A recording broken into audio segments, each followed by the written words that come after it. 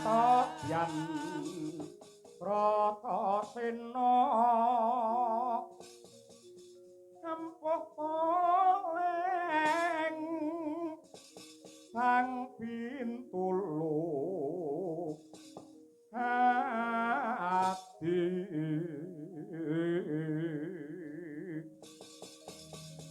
sarira mula tumong godhek wok simbar jojo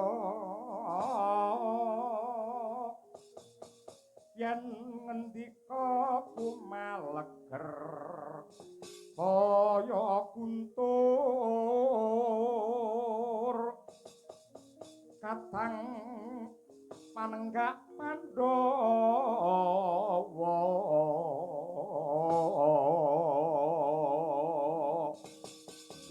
mawa sindung yen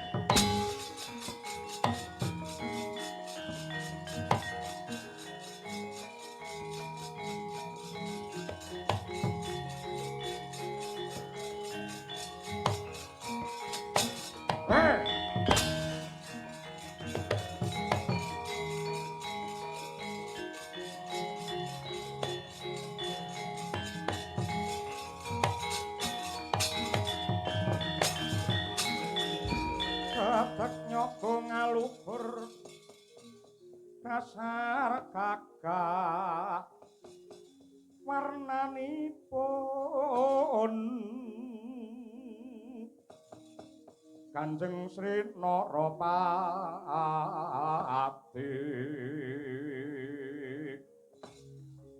Raja kang katola ratu Pompakota Andika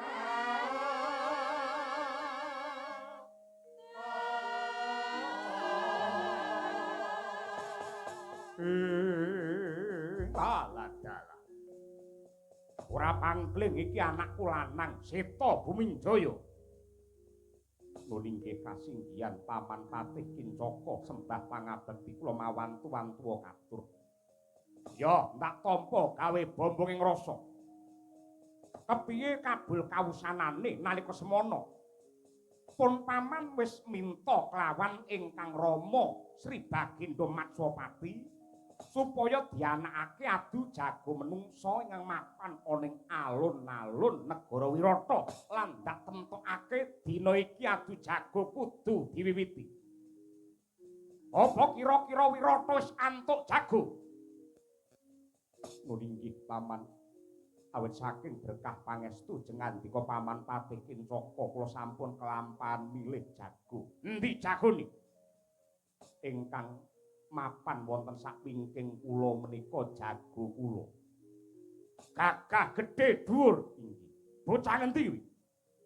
Menika lari saking pajagalan atmajanipun Ki Jagal Walakas naminipun pun Jaka Bilawa. Jaka Bilawa inggih kasinggihan. Yayi Rajamala ana dawuh mapa Kakang Kincaka. Iki calon mungsuhmu. Aja was kuwatir kang dadi rasamu aku sing saguh ngrimah-ngrimah balunge bagus. Seta gandeng iki wancine bedhug tengange dasare para kawula kabeh wis tumplek-blek mapan ana ing alun-alun kepengin nekseni kaya apa ramene adu jago. Supaya jagone luwih grengseng, supaya rasane jago luwih gumregah, kudu nganggo ngabotowan, kudu nganggo totoan. Aduh. Nyuwun pangapunten. Wanter dawuh pangandikanipun Kanjeng Rama boten dipun keparengaken mawi totowan ingkang awujud menapa kemawon. Awit menika larangan tumraping agami lan ugi awisan tumraping negari. Yen ora nganggo totoan mesake jagone merga ki totoane nyawa. Ora kitang cilik-cilikan hayo nganggo totoan. Sak yuta inggih menawi namung setunggal yuta kemawon kula nderek bagus. Mosok anak ratu totoan kok mung sak yuta, diunggahke 10 yuta. Dereng napa-napa kok pun minggah 10 yuta. Kariwani apa ora? Inggih menawi namung sedasa yuta kemawon kula nderek bagus. Diunggahke pisan, ndak ngisin-ngisini pejabat negara totoan kok mung 10 yuta, 100 yuta. Inggih pangki kula piyambak ingkang badhe nyekapi. Saguh. Sagah. Bagus. Diunggahke pisan 1 miliar. Piye Bilawa? Waniya.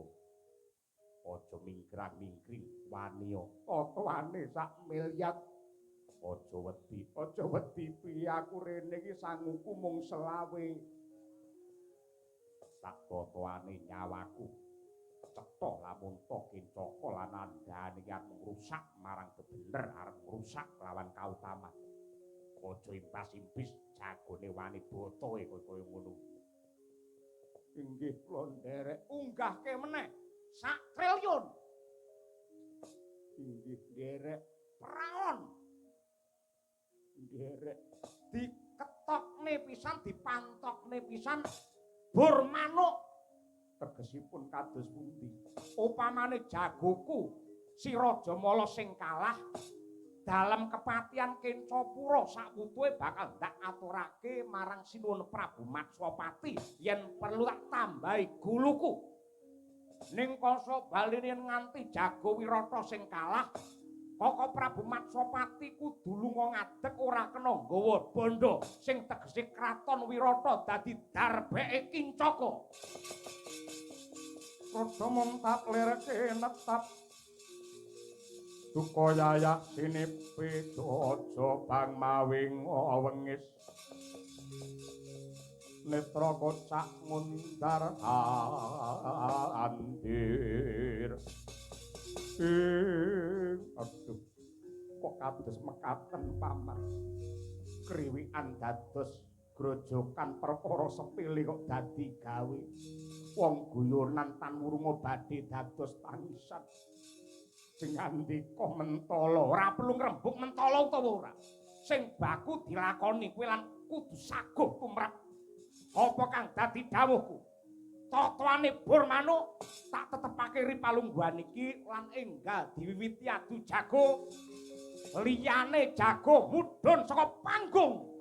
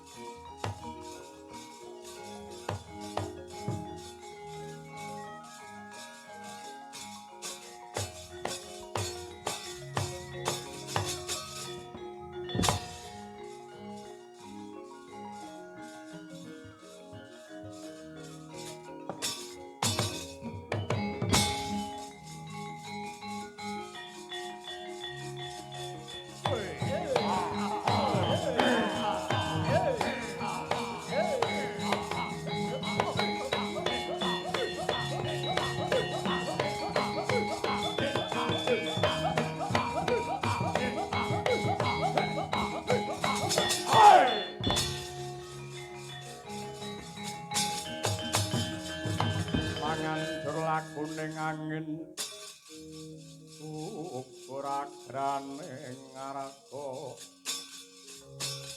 pura purnita kakiri-kiri